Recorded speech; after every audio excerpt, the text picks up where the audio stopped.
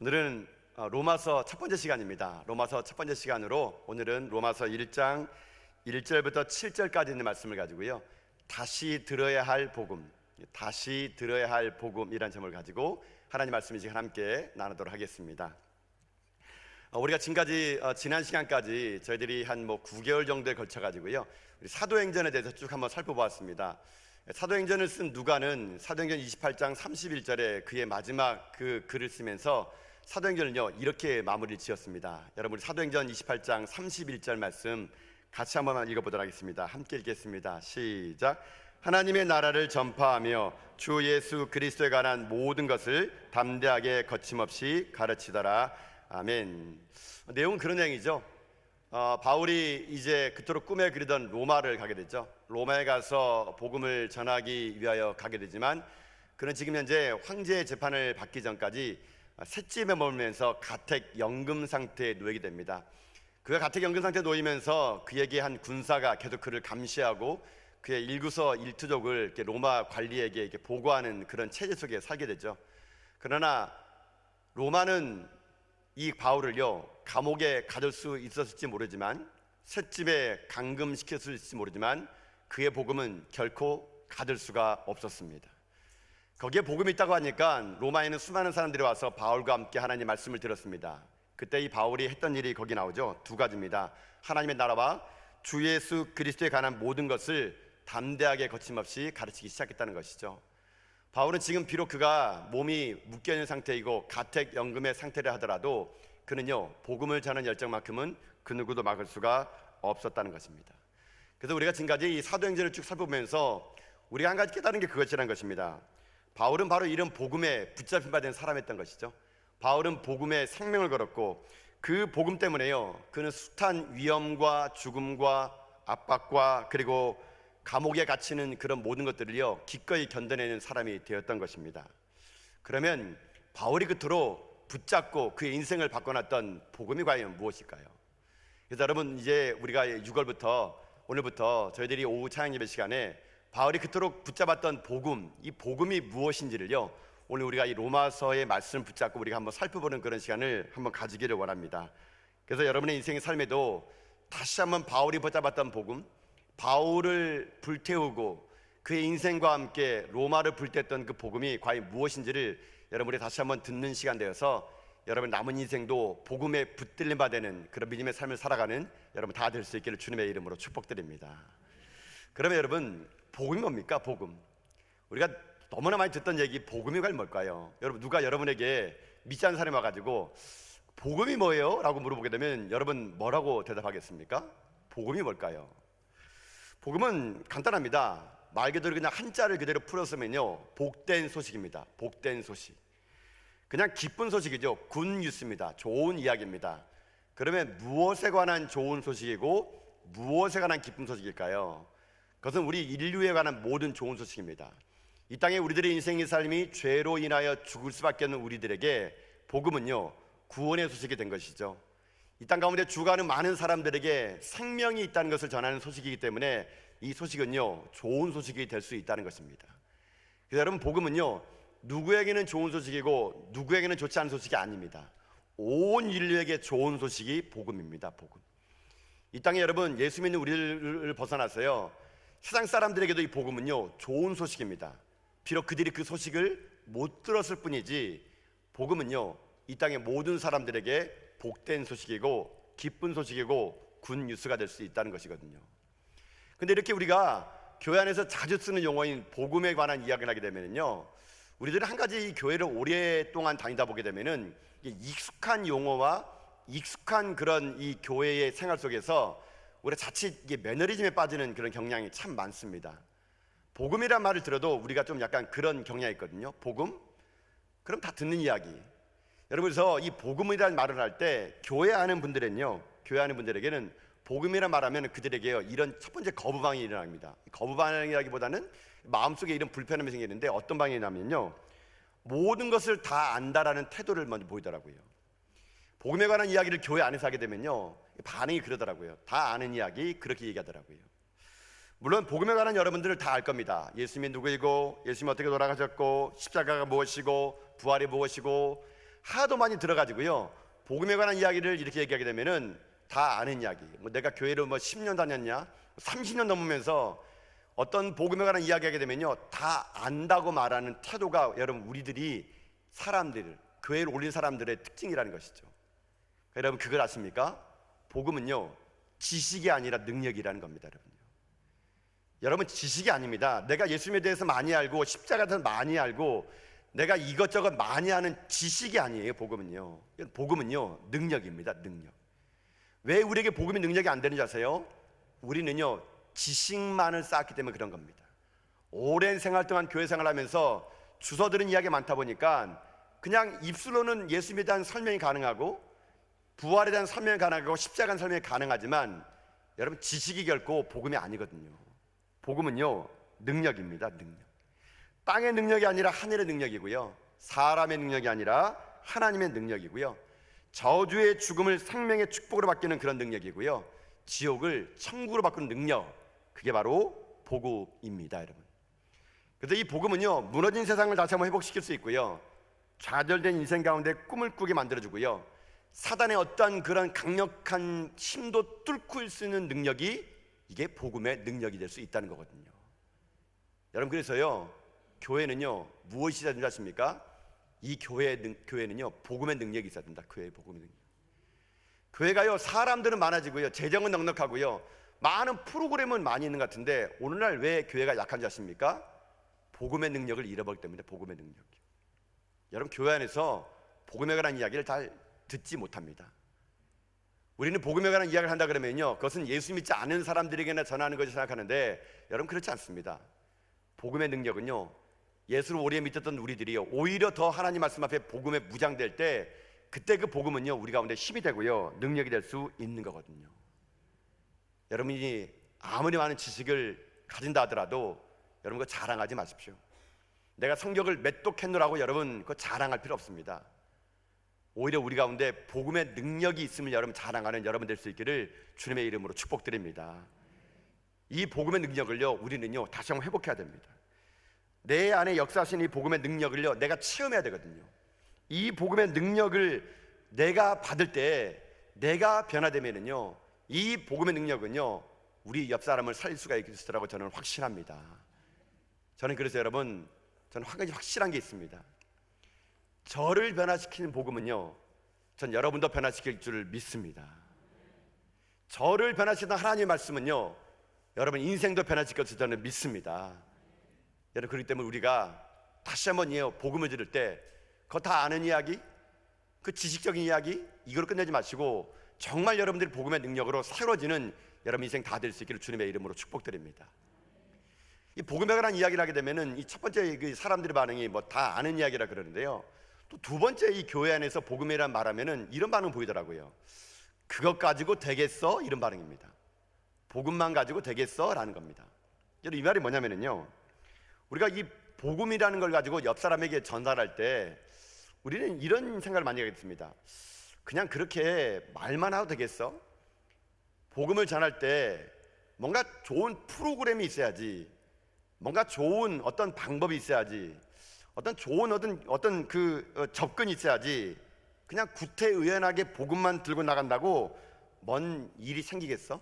좀 더 과학적이고 좀 더 이 시대에 맞는 어떠한 프로그램을 만들어서 나가야지 그냥 복음만 가지고서는 되겠어라는 여러분 그런 마음이요 우리들에게 있다라는 것입니다. 있다라는 거.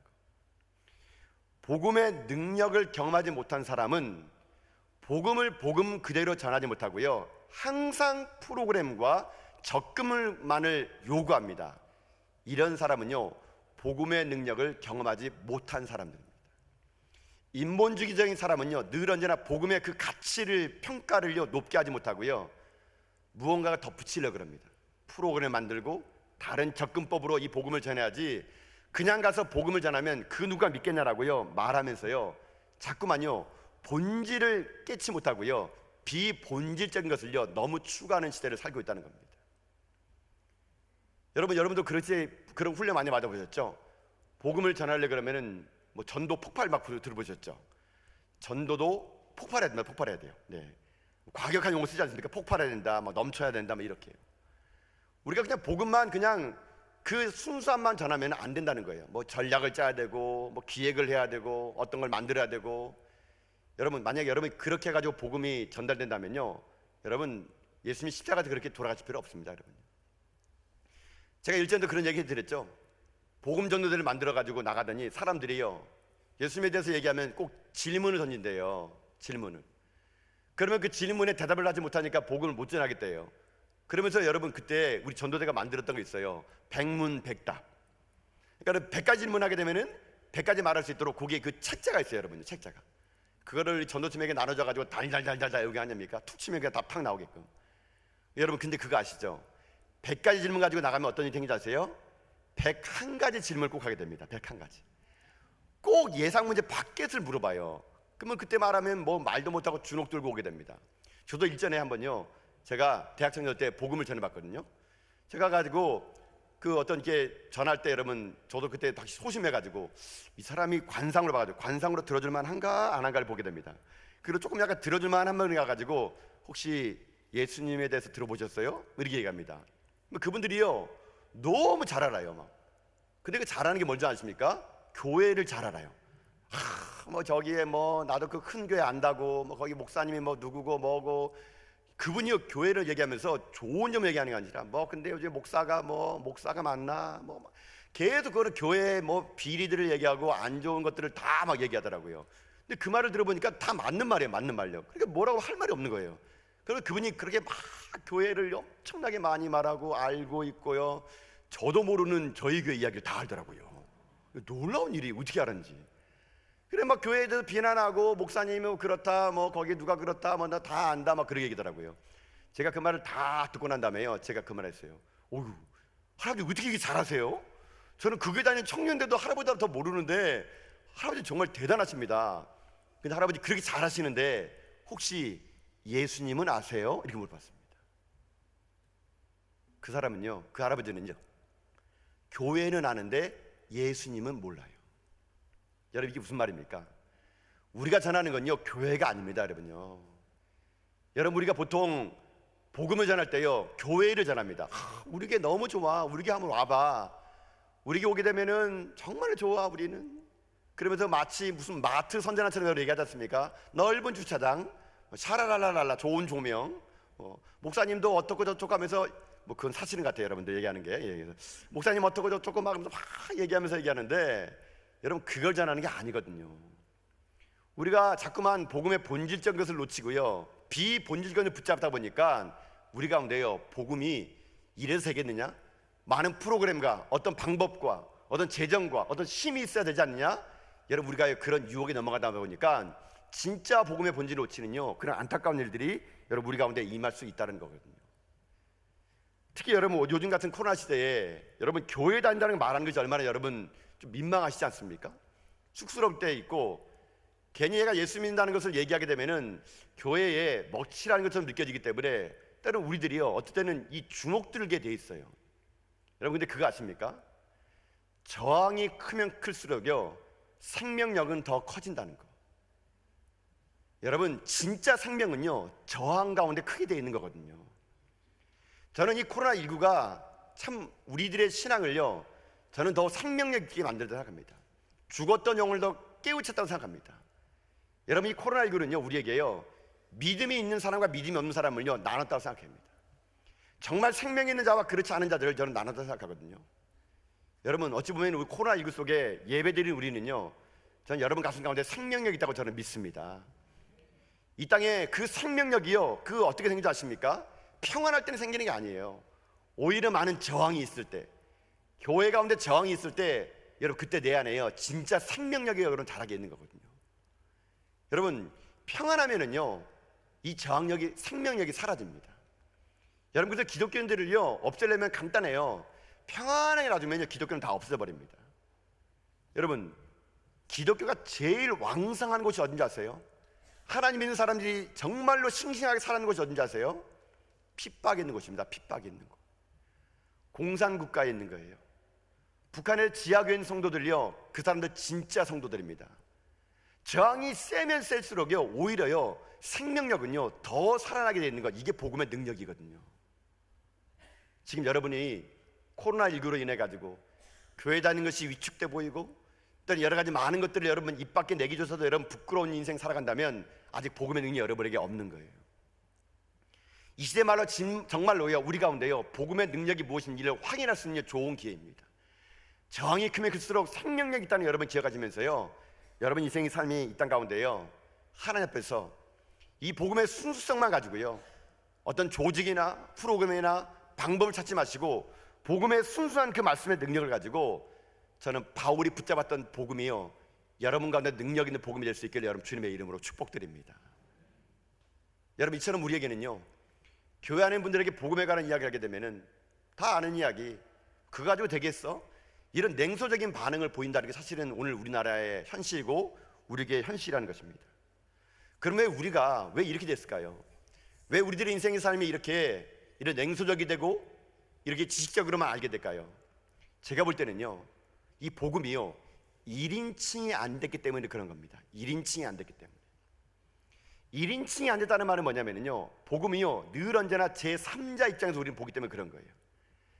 이제 우리가 앞으로 이 로마서를 살필 텐데요 로마서는요 바울이 항상 하는 말이 있습니다. 일전하겠지만 로마서 1장 10절 보게 되면요 내가 복음을 부끄러워하지 아니한다 그래요. 바울은요 내가 복음을 부끄러워하지 아니한대요. 바울은요 이 로마서에서 항상 하는 말이 뭔지 아십니까? 내가라는 말을 많이 씁니다. 내가 복음을 부끄러워하지 않는다. 바울은요 자기 안에 있는 복음을요 1인칭 시점으로 만들었기 때문에 그가 강력한 복음의 능력의 사자가 될 수 있었다는 것입니다. 여러분 바로 이겁니다. 1인칭 시점을 된다는 것은 뭐냐면요 내가 복음을 체험해서 알았다는 얘기예요. 알았다는 얘기.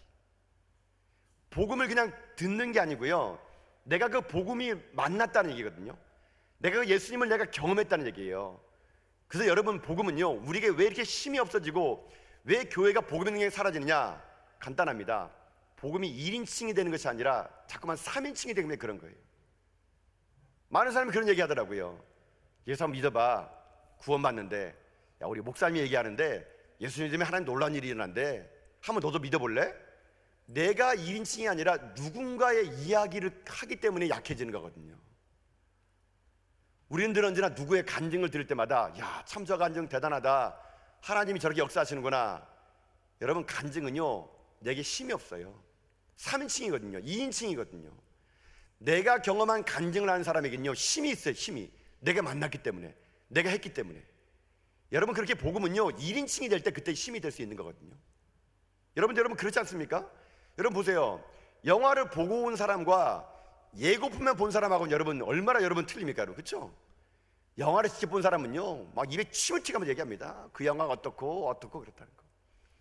여러분도 그렇잖아요.